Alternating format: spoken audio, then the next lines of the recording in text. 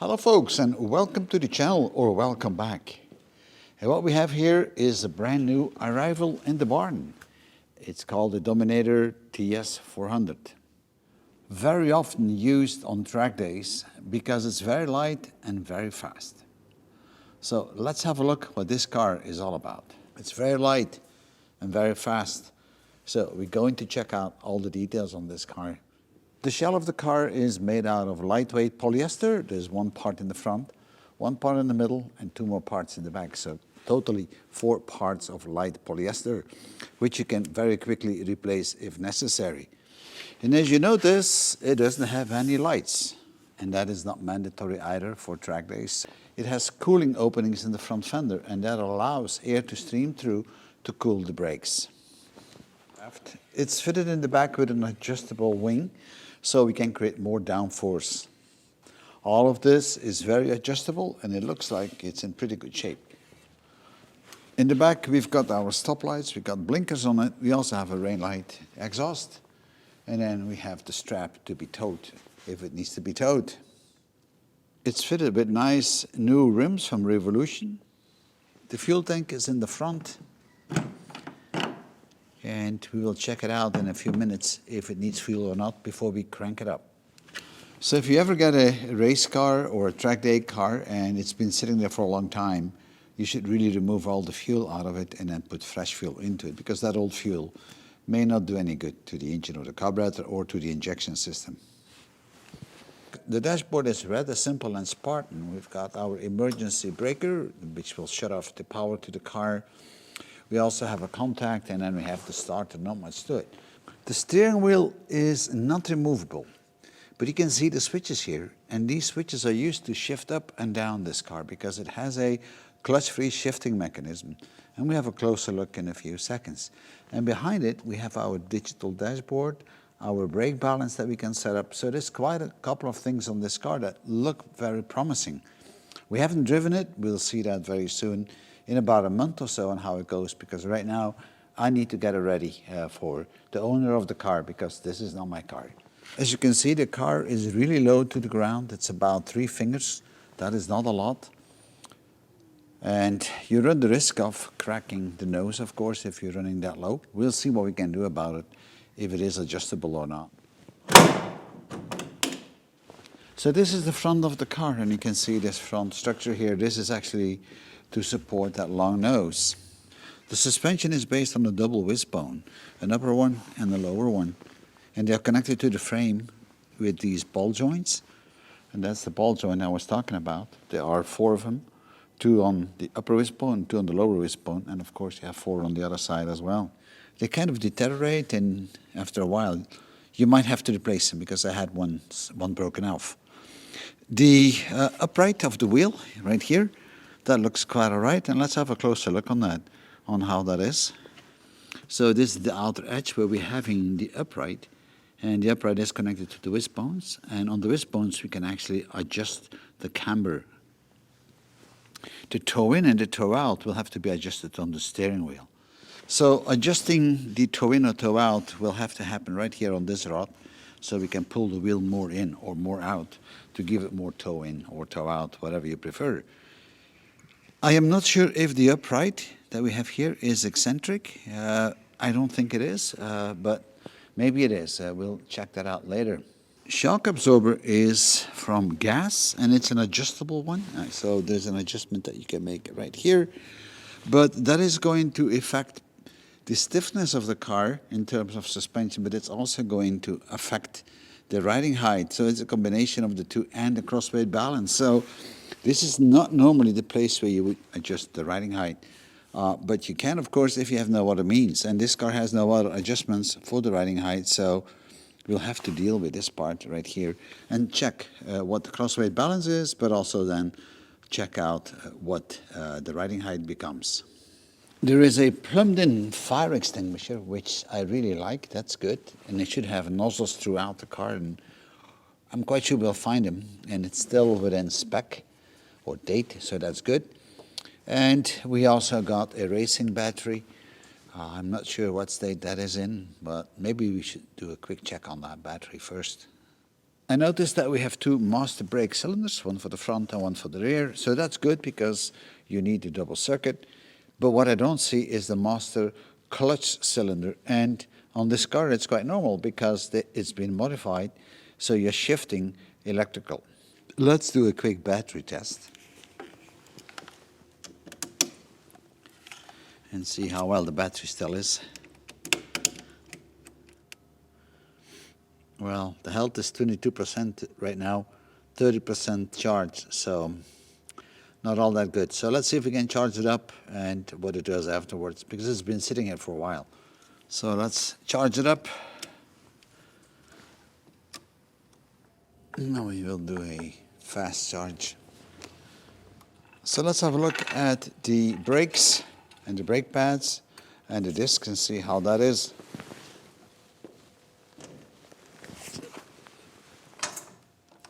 I can tell you, it's cold here. It's around 3 degrees centigrade.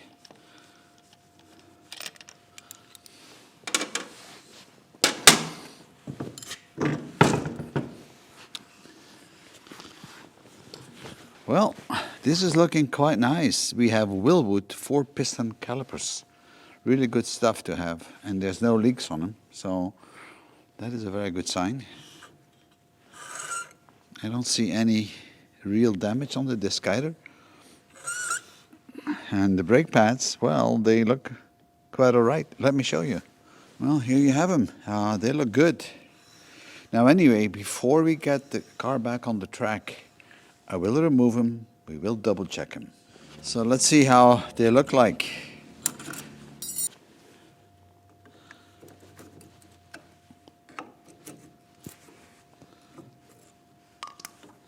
Well, they look really good, don't they? They look like brand new. So there's no need to replace these.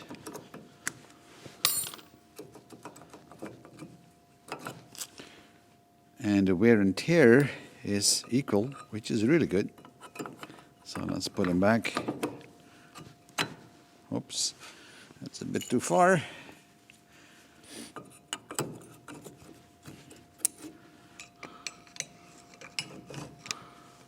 All right.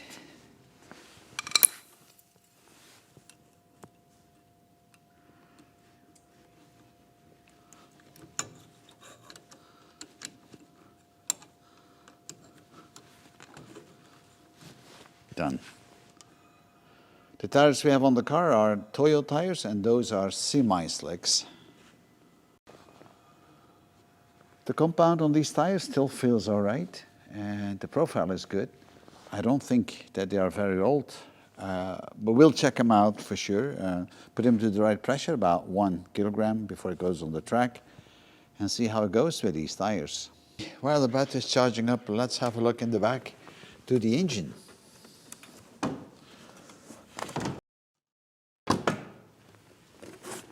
And here we have the engine. It's a Suzuki GSX-R and it develops about 162 horsepower. It's a 4-cylinder water-cooled, which makes it ideal for this kind of a car. This car seems to be dry-sumped, and I'll try to show that to you in a few minutes. But also, it has a couple of other advantages. It's sequential shifting.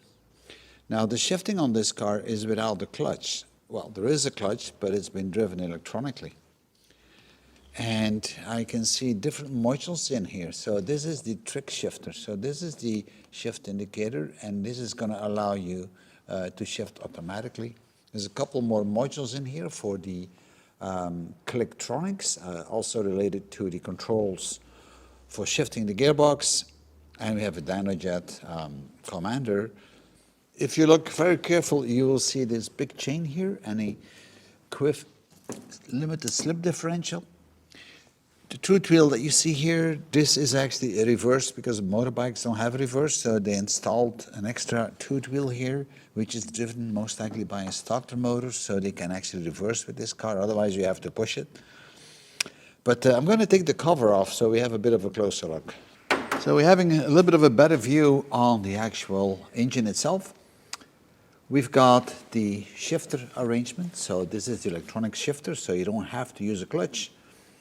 And then here we have the DynoJet Power Commander, which is all about controlling the injection and the ignition moment. And this is a performance module that you can tune, which is actually in combination with the existing ECU on the engine. So I think this has been built pretty well. There's all kind of diagnostics plugs on it. You can connect to it, and then there's an application that you can actually check on how the fuel map is and so on. Now that looks quite good. It has 42 millimeters throttle bodies and fuel injection. The filters are a little bit daft, I think, but okay. This bike engine typically has a wet sump, but this is modified to a dry sump. So in other words, there's no oil in the oil pan below. In fact, there is no oil pan, it's just a scavenger pan.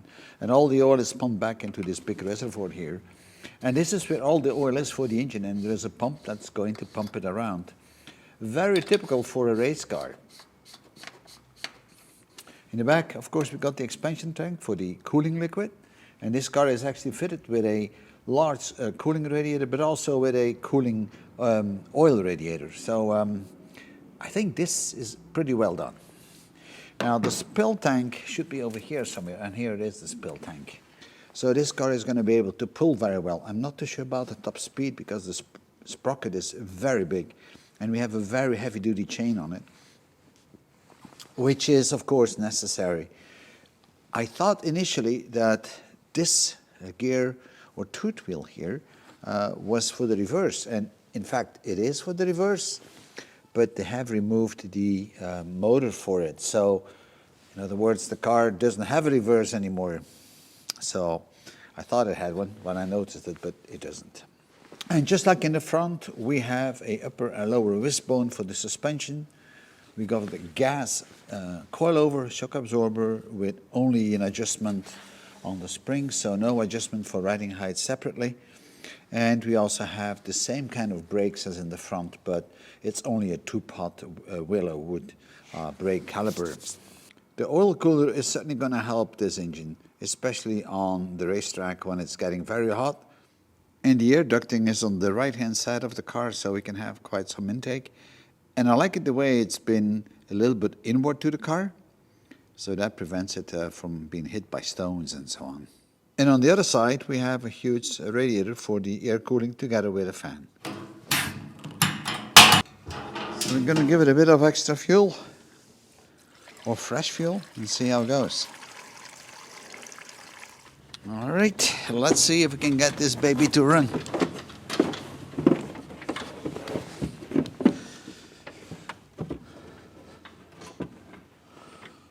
So that must be the main breaker.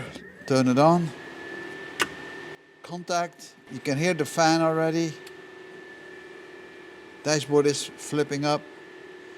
And now let's see if we can get it started. All right, that's pretty good. Of course, it's quite cold here, so the engine is running a bit high. All right, it's already adjusting, and let's see.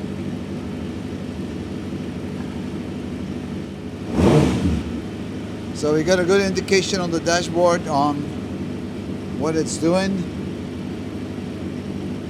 We're running 1400 RPMs, but this thing has a pretty good pickup.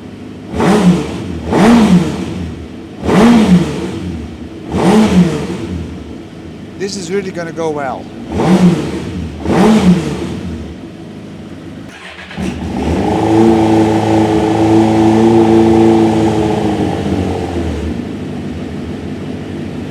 All right.